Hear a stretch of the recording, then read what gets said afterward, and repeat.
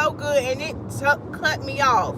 I don't know why it turned my live stream off. I don't know, maybe because I'm driving, but I heard it's okay to drive and stream because it's hands free. So sorry about that. But here's part 2, because I was getting really good, and I feel like into the meat of the bones. Basically, what I was saying from part. If you missed part 1, go back and watch part 1. So this is part 2, and I'm gonna probably go ahead and sum this up in the next 5 to 10 minutes. But basically, when you come to a hair salon, okay, you come into the hair doctor, you know, the cosmetologist or whatever, like, hey, you know, what's your issue? Then about, oh, Lisa, I came and said I have an issue with my ends are split, my ends are dry, I need some help, I need some guidance, And so what I'll do as a stylist, I'll ask you, okay, so what you been doing at home? What's your routine? Same thing with the doctor. Okay, what have you been experiencing? What have you been doing to help it? And then so we'll listen, and then we'll give you our recommendation. So I'm like, okay, so you got some split ends today. Okay, we're going to give you a trim, and we're going to give you a deep treatment to help with your moisture, And then I'm going to say, okay, these are the products you need to be using on your hair to retain your moisture.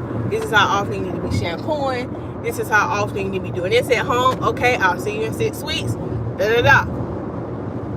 see what I'm saying? You go to the doctor. They give you a treatment plan. They say, hey, eliminate these foods from your diet. Do this, that.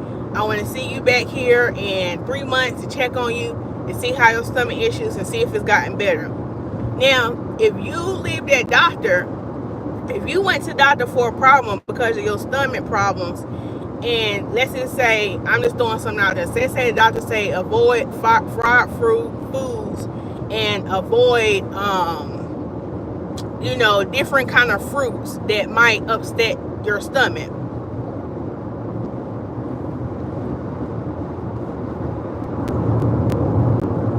Okay, had to put on subscribers only. So yeah, say the doctor say avoid fried foods and these type of fruits because they upset your stomach and you won't have these stomach issues. Let's say you leave that doctor and you like, man, I'm gonna do what I want to do. I'm about to eat this fried chicken wing. I'm about to have all these fruits she said I couldn't have. It'll be okay. I'll just do it here and there, be fine.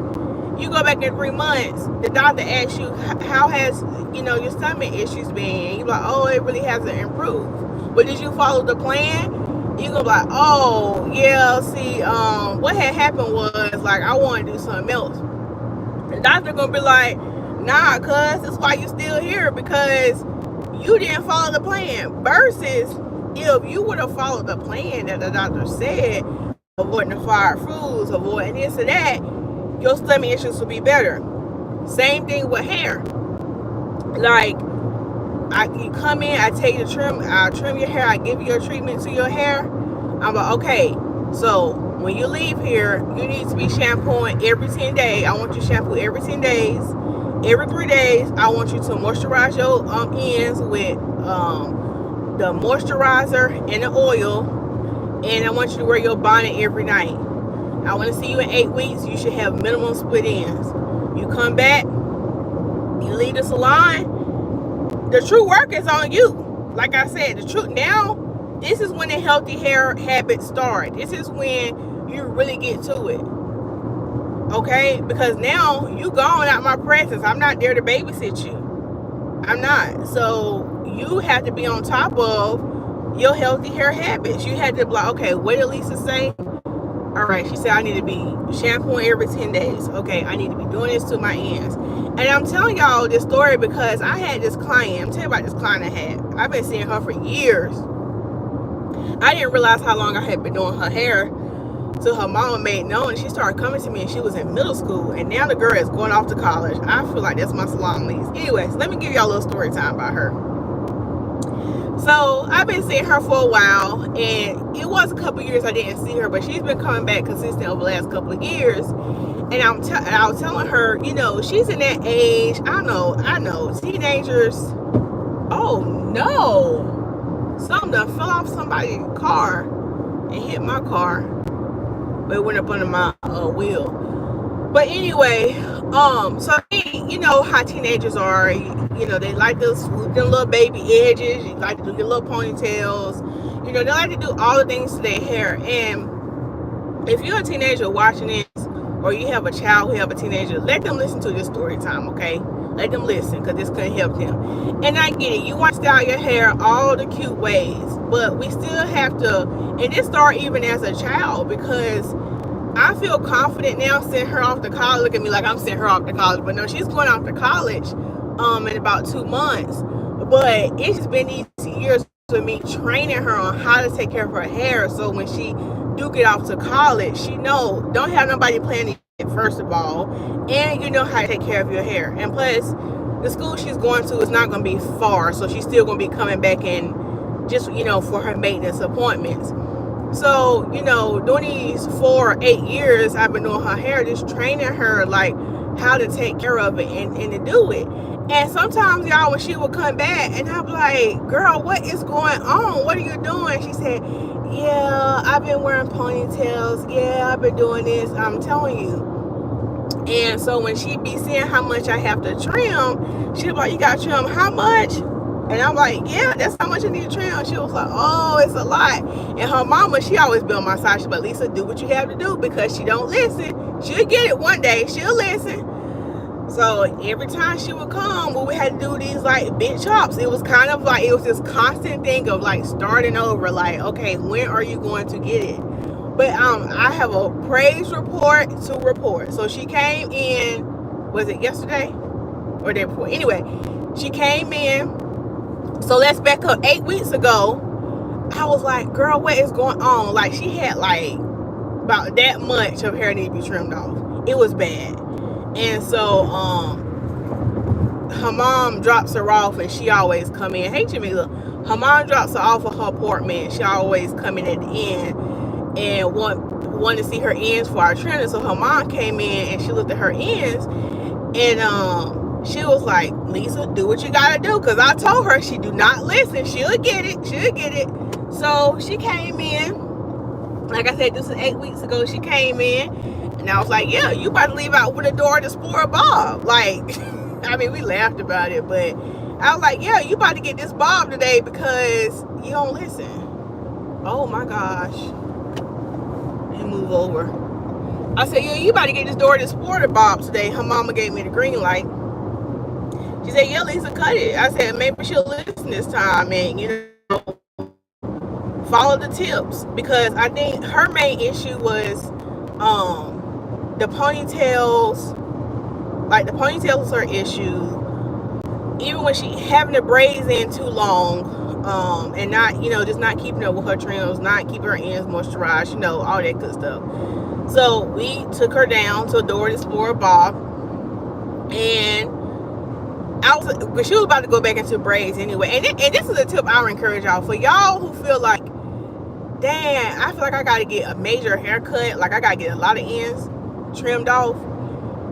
The best time to do it, if you about to go get box braids or protective style, go ahead and chop, because your hair about to be braided up anyway. It's about to be in that protective style. You're not necessarily going to be looking at your natural hair. So it'll take the pressure off, because it's like, okay, by the time you take the braids out, I ain't gonna say your hair gonna be down your back, ain't down your back, but you know what I'm saying? Like, at least you ain't gotta look at it initially, so it give it time to grow out just a little bit, but that'll take the pressure off. But she was going back in braids anyway, so it really didn't matter. So I gave her that bob, and I told her, look, only keep the braids in this amount of time, take your hair out, come back, see me, and let's look at your hair again, see how your ends are looking.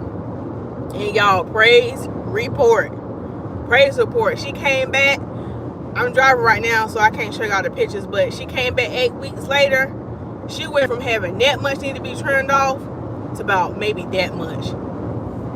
Basically a dusting. And I said, I am so proud of you. I said, good job. I am so proud of you. But I said, because you finally getting it.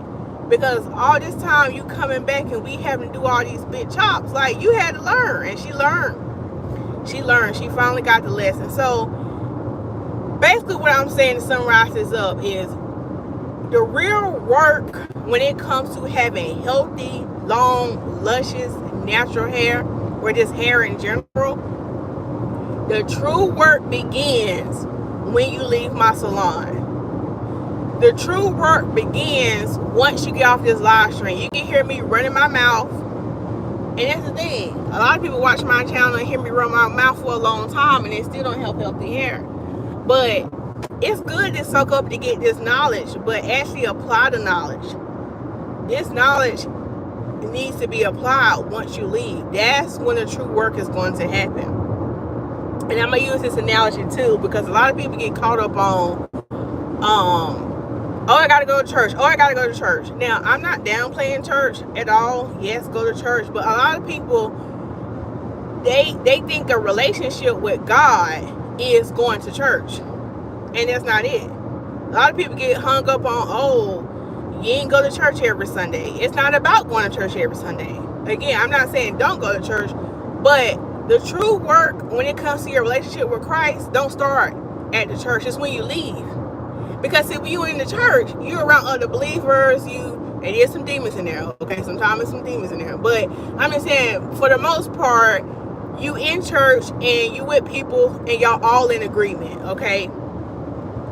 And you don't really have nobody in the church saying, oh, I know I don't believe in God. Oh, no, I don't believe in Jesus. You know what I'm saying? Everybody who's pretty much in the church, if you go to the church, y'all still in agreement. And it's nice. You have a good time worshiping. It's not until you leave the church where the relationship starts. Because once you leave the church, it's up to you to follow God's rules and principles. For you to read your word, to you to spend daily prayer time. And it's outside the church where you have the outside forces working against you. You know what I'm saying? You got your family getting on your nerves. You got your kids getting on your nerves. You got people at your job, you know, your husband, you know, your car acting up, stuff in the house breaking down, all these outside forces. And that's when your true relationship with God, who you say you think you have, come into effect. That's when this prayer life gonna really hit. That's when knowing those scriptures gonna really hit. And so when you do come back to church the next week, you have something to rejoice with, because you defeated the devil with the enemy with the word. And somebody get that in your spirit. Now, I know I took it that way, but I had to make it plain and simple. Basically, what I'm saying is the true work with healthy hair habits begin when you leave the salon. So you got to be on a mission to follow the rules and the tips. Okay? Keep your ends moisturized. Keep up with regular trims. Regular shampooing your hair. Tying your hair up with a scarf at night. All these things are part of healthy hair habits. Keeping up with your treatments. Getting on a treatment plan. All of that. And you can even do treatments at home. All of that. So, I do want to thank y'all for watching this video. If any of this information I said was helpful to you, don't forget to like and comment. I appreciate y'all, and thank you to all the new subscribers to the channel. Oh yeah, and I think I'm about to go live in my membership too.